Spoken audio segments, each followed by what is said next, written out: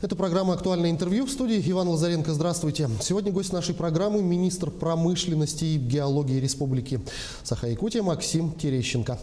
Максим Викторович, я вас приветствую. Здравствуйте. Добрый день. Разговаривать мы сегодня будем о геологоразведке и всем, что с ней связано. 2020 год подошел к концу, на текущий год открывает, безусловно, новые возможности. Какие территории остаются в списке геологоразведочных приоритетов в этом году?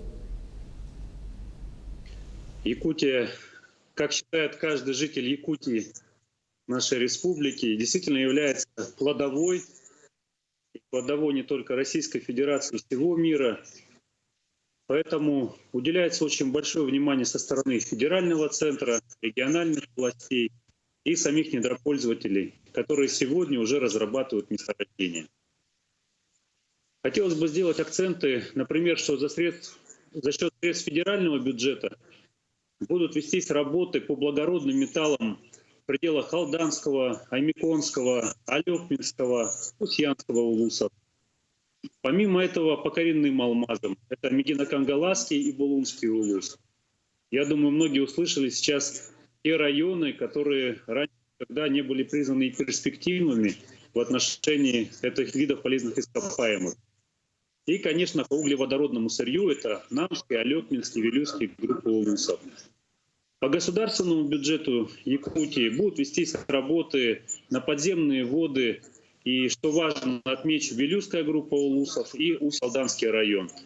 Общераспространенные полезные ископаемые, которые применяются в строительстве дорог, детских садов, школ, будут проводиться в арктической зоне. И, соответственно, для обеспечения сырьем, например, реконструкции аэропортов в Нюрбе, Ханде, Гюснере и многих других.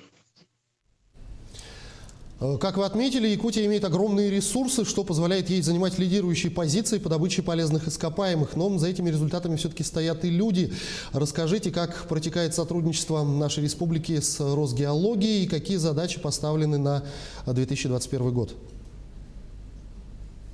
Вы действительно отметили важный элемент – это сотрудничество с такой федеральной структурой, как Росгеология, базовый холдинг, который обеспечивает прирост запасов полезных ископаемых, а соответственно и перспективы развития промышленности и в стране, и в нашей республике. В 2019 году у нас была создана совместная группа правительства республики, Росгеологии, и буквально в декабре на уровне Министерства природных ресурсов эта эффективная работа была отмечена. Почему? Потому что мы ее проводим с участием самих недропользователей, определяем подходы, направления, где можно работать и следует работать, и уже видим сегодня первые результаты. В части отмечу присутствие Росгеологии на нашей территории. Это Якутсгеология и Якутсгеофизика, соответственно. Они проводят для наращивания минерально-сырьевой базы нашей родной республики.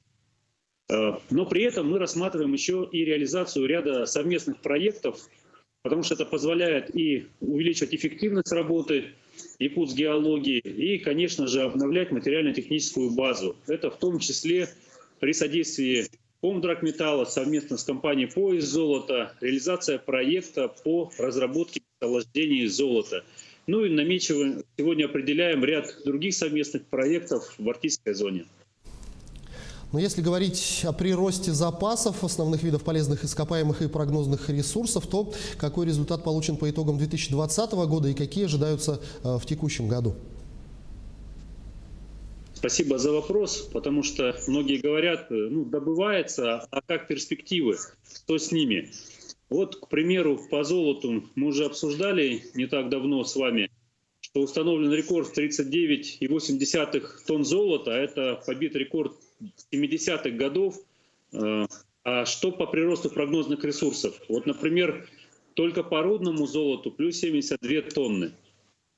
Уголь. Наши такие гиганты, как Эльга-уголь, Колмар, Якут-уголь ставят рекорды по добыче, но при этом и прирост ресурсов более 400 миллионов тонн только коксующегося угля. По нефти, газу, соответственно, прирост более 200 миллионов тонн и 600 миллиардов кубометров газа. но при этом ведут работы и сами недропользователи. Вы понимаете, они заинтересованы каждый в развитии своих компаний, и наличие именно балансовых запасов позволяет им планировать и свою работу. А ведь это и рабочие места не только в геологии, но и в промышленности республики. И, соответственно, они дали нам прирост более 20 тонн по золоту, более 2000 тонн по серебру, более 2 миллионов карат по алмазам и, конечно, вот работа по общераспространенным полезным ископаемым, приближена к 50 миллионам кубометров. В прошлом году были открыты новые месторождения компаниями РНГ и ТАСС «Юрях-нефтедобыча». Какой потенциал там существует и как планируется использовать эти ресурсные базы? Да, в 2019 году мы с вами говорили об открытии месторождения компании «Сургутнефтегаз». 2020 год продолжил приносить вот такие приятные сюрпризы.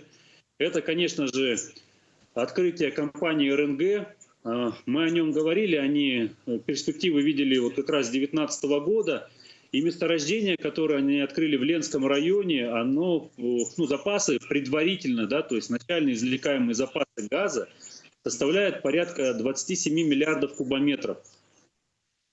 Но эта работа еще будет продолжена. И очень важно, я бы хотел на этом сделать акцент, что и предприятия, работники не забывают людей, с которыми эти открытия были связаны, которые вложили свое сердце, душу и назвали это месторождение в честь бывшего генерального директора Ивана Меньшикова. Компания ТАСС «Юрях-нефтегазодобыча» представила открытие даже 2 месторождений. Одно, пусть небольшое, катыгасское, партнерское, но тем не менее геологи нашли такое месторождение, это где-то порядка, более миллиона тонн нефти. Но вот значимое и, я думаю, приятно будет услышать не только родственникам, героев, в честь которого названо это месторождение, но и всем якутянам. Это открытие месторождения с запасами более 75 миллиардов кубометров газа, которое компания назвала в честь героя Великой Отечественной войны Ивана Николаевича Кульбердинова. Я считаю, это очень правильный почин, особенно с учетом вклада советского народа. Надеюсь, вот такой вот перечень, такие мероприятия мы будем видеть и в последующие периоды.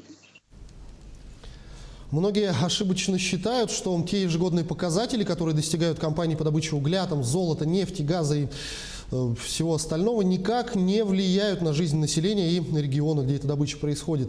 Порой даже бывают негативные какие-то комментарии. Максим Викторович, расскажите нашим телезрителям, какой все-таки вклад вносят компании в социально-экономическую сферу нашей республики. Очень хороший вопрос. Его действительно часто задают в поселениях, когда выезжаешь на место, люди. Я бы хотел отметить просто сначала несколько штрихов. Например, угольная промышленность – это более 10 тысяч человек сегодня занятых в отрасли. Золотодобывающая более 10 тысяч. Вы прекрасно знаете количество людей, которые в алмазодобыче работают. И эти примеры можно и нужно приводить дальше. Но если говорить о том, что же делают конкретно компании, я только на примере вклада в бюджет, например, Российской Федерации компании внесли налоговых платежей за добычу полезных ископаемых более 90 миллиардов рублей по прошлому году.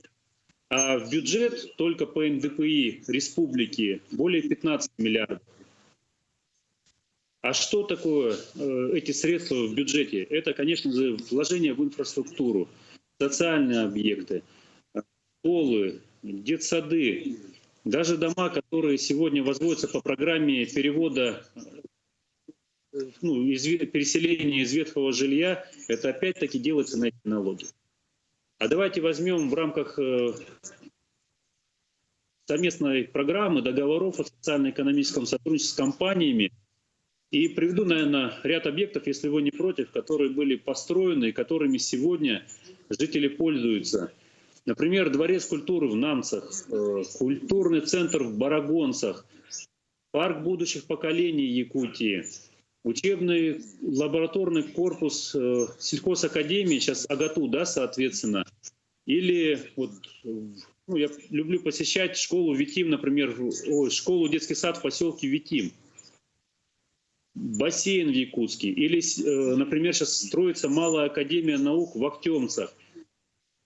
Ведется активная работа сейчас с компанией «Газпром» по строительству физкультурно-оздоровительных комплексов в таких, например, муниципальных образованиях, как Алданский район, Ленский район, в Чульмане Нерюнгринского района, в Якутске. Это только, наверное, краткий перечень, который в рамках нашей с вами программы можно было бы назвать.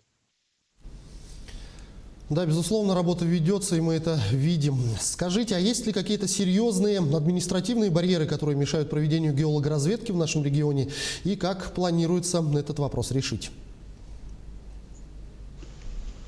Есть несколько блоков, на которые, говорить барьеры, для развития промышленности, новых предприятий. И здесь не только, конечно же, административные, есть и тема инфраструктурная. Мы понимаем большие расстояния, дороги, то есть не везде проходят у нас, соответственно, и железные дороги, и не только асфальтированные, но и даже других категорий. Если говорить об административных, какую работу, например, мы в министерстве ведем? По итогам прошлого года все услуги министерства мы вывели в электронный вид. Это значительно упрощает компаниям взаимодействие с органом власти и, соответственно, повышает прозрачность. Все, пожалуйста, в электронном виде можно отслеживать и контролировать эти процессы. Мы при этом понимаем, что развитие в промышленности и геологии, это, конечно же, вопрос финансирования геолого-разведочных работ. Наблюдали определенное снижение в прошлом году. Сейчас видим увеличение по федеральному бюджету и рассчитываю, что по итогам предстоящего правительственной комиссии корректировки бюджета у нас будут направлены средства и на контракты по общераспространенным полезным ископаемым, потому что, как я уже говорил, это реализация и национальных проектов, региональных проектов. Все строительство начинается с геологии. Не могу не сказать, что большое совещание, которое Арсений Сергеевич Николаев провел в 2019 году со специалистами в области геологии и крупнейших наших предприятий, оно создало определенный тренд и направления, которые можно и нужно решать. Например, это кластерный подход при освоении месторождений. Его тоже услышали, Росгеология поддерживает, и сейчас мы ведем такую работу с Министерством природы. Помимо этого, есть ряд инициатив. Это, конечно же, в первую очередь, как говорится, начиная с себя. На эту задачу у меня перед сотрудниками стоит такое поручение, и мы ведем работу по реинжинирингу процесса, бережливому производству, нацелен на то, чтобы у предприятий был сокращен срок получения лицензии на право пользования недрами. Я думаю, очень многие это будут приветствовать, потому что контракты многие краткосрочные, в том числе в пределах 1 года, и наша задача эту процедуру, соответственно, ускорить. Помимо этого, видим внесение изменений в закон Российской Федерации о недрах по одновременному проведению работ, например, на углеводороды и алмазы. Чтобы если работают компании по добыче нефти либо газа, но тут же могли происходить геолого-разведочные работы по алмазам, то есть формировать потенциал в этом направлении. Ряд инициатив мы внесли и озвучили в прошлом году и перед федеральными органами власти, но все нацелено на то, чтобы максимально сократить барьеры, оптимизировать сроки и сделать процедуры более понятными. Максим Викторович, я благодарю вас за эту беседу. Огромное спасибо, что ответили на наши вопросы. Желаю вам всего самого доброго. Спасибо вам. Всего самого хорошего. Это была программа «Актуальное интервью», но ситуация в геолого-разведочной отрасли. Мы разговаривали с нашим гостем. Это министр промышленности и геологии Якутии Максим Терещенко. Берегите себя и своих близких. Обязательно носите маски и соблюдайте дистанцию в общественных местах. И не забывайте дезинфицировать руки. До встречи в эфире.